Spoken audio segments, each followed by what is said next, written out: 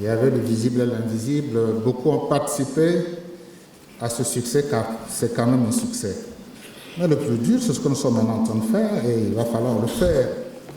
Je vous ai dit qu'il n'y avait pas le choix. Donc le gouvernement est totalement satisfait de comprendre que nous rentrons là dans un combat qui appelle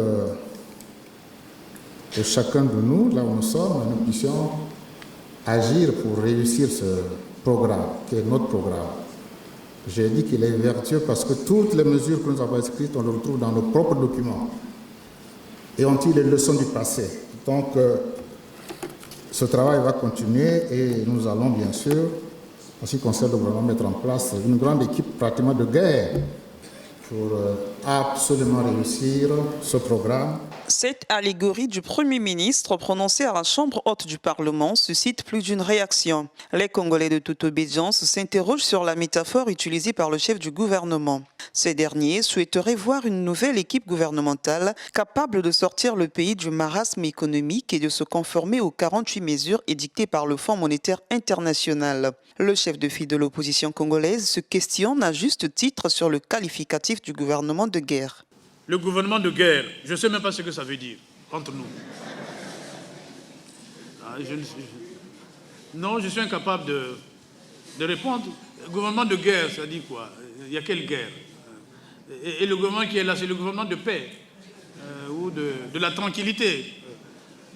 Maintenant, il faut un gouvernement de combat, de guerre, je ne sais pas. Oh, c'est des mots, donc on ne va pas s'attarder aux mots. Ce n'est pas respect pour le Premier ministre, non, je crois que c'est... Tout ce qu'on leur demande, c'est d'appliquer les 48 mesures du programme. Et au mois de décembre, il y aura la première revue. Le premier test, grandeur nature, c'est au mois de décembre. C'est ça qu'on demande au gouvernement. Qu'il soit de guerre ou de paix, mais qu'il applique les 48 mesures édictées dans le programme avec le FMI. C'est ça. Dans cette même lancée, certains leaders politiques de la société civile sont aussi perplexes quant à la capacité du gouvernement de guerre de relever les défis tant sur le plan politique que socio-économique du pays. Alors, moi je me pose des questions. Le gouvernement de guerre, le Premier ministre parle du gouvernement de guerre. Oui, je le comprends, je lui encourage fortement, mais dans le cas d'espèce, il ne s'agit pas de guerre. Il s'agit de vouloir tous la même chose et de parler le même langage et de donner la priorité à notre pays, pour qu'il n'y ait pas des Congolais qui sont au-dessus de la loi, que la loi s'applique à tout le monde.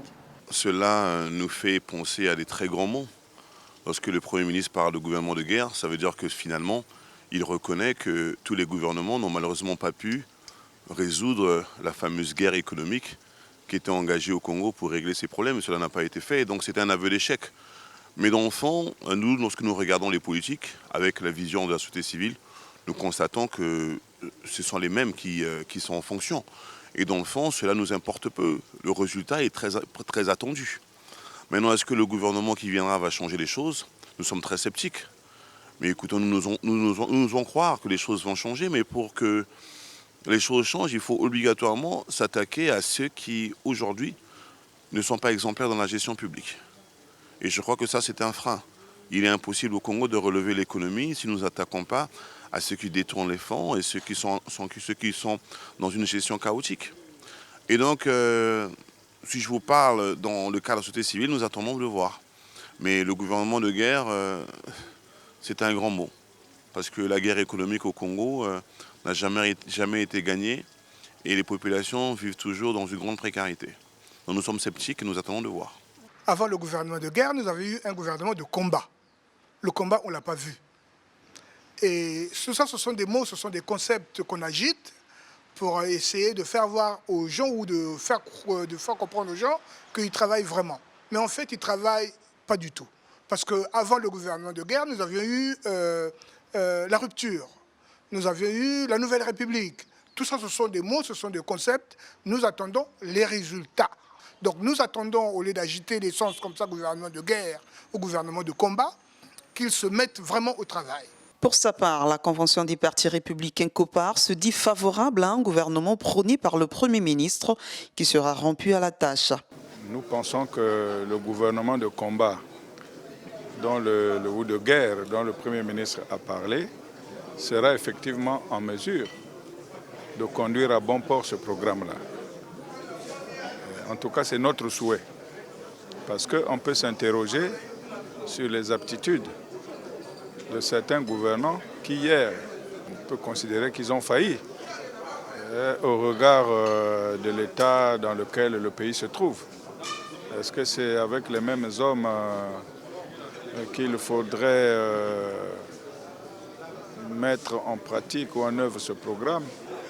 C'est une importante interrogation de la COPA. Et nous souhaitons également que le Premier ministre, qui a déjà des pouvoirs constitutionnels, mais que l'effectivité de ces pouvoirs-là soit manifeste. Parce que nous sommes dans un régime parlementaire, c'est lui qui dirige l'exécutif. Donc il sera comptable des résultats qui seront obtenus à terme. Quelques citoyens ont également réagi à leur manière sur la nouvelle équipe gouvernementale de guerre censée appliquer les mesures édictées par le FMI et relancer l'économie du pays. Pourquoi parler de guerre? Non, parler plutôt d'un gouvernement efficace. Si on parle d'un gouvernement efficace, ça veut dire que celui qui était là n'est pas efficace. Donc il faut faire partie de tout ce monde-là. Peut-être le Premier ministre lui-même y compris. Vous pensez que dans ce pays, il n'y a que ces gens-là pour être au gouvernement? Vous pensez qu'un bancaire ne peut pas être ministre? Vous êtes sûr de ça? Mais il y a des gens qui n'ont même rien comme base intellectuelle, mais qui sont au gouvernement. Il y en a qui font peut-être du bon travail, mais ça se saurait. Non, ne parlons pas de gouvernement de guerre. Parlons d'un gouvernement responsable pour appliquer les 48 mesures, semble-t-il, que au demeurant, je ne connais pas. Mais pourquoi un gouvernement de guerre?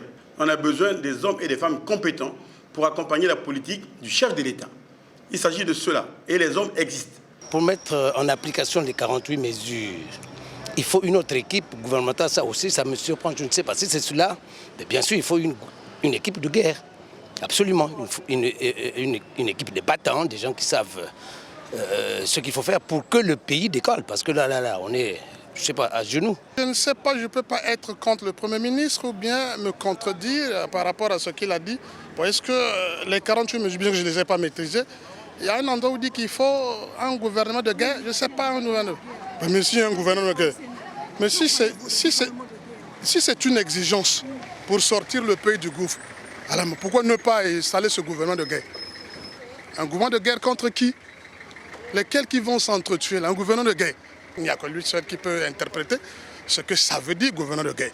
La tâche de ce gouvernement dit de guerre s'annonce ardue eu égard aux multiples défis dont il sera appelé à relever en vue de ramener l'équilibre macroéconomique et sortir le pays de son état social indicible dans lequel il se trouve. Les Congolais devraient encore prendre leur mal en patience jusqu'à la nomination de ce gouvernement de combat par le premier magistrat pour juger son action, surtout que sur la table du chef de l'actuel gouvernement se trouvent les 48 mesures qui restent encore un mystère.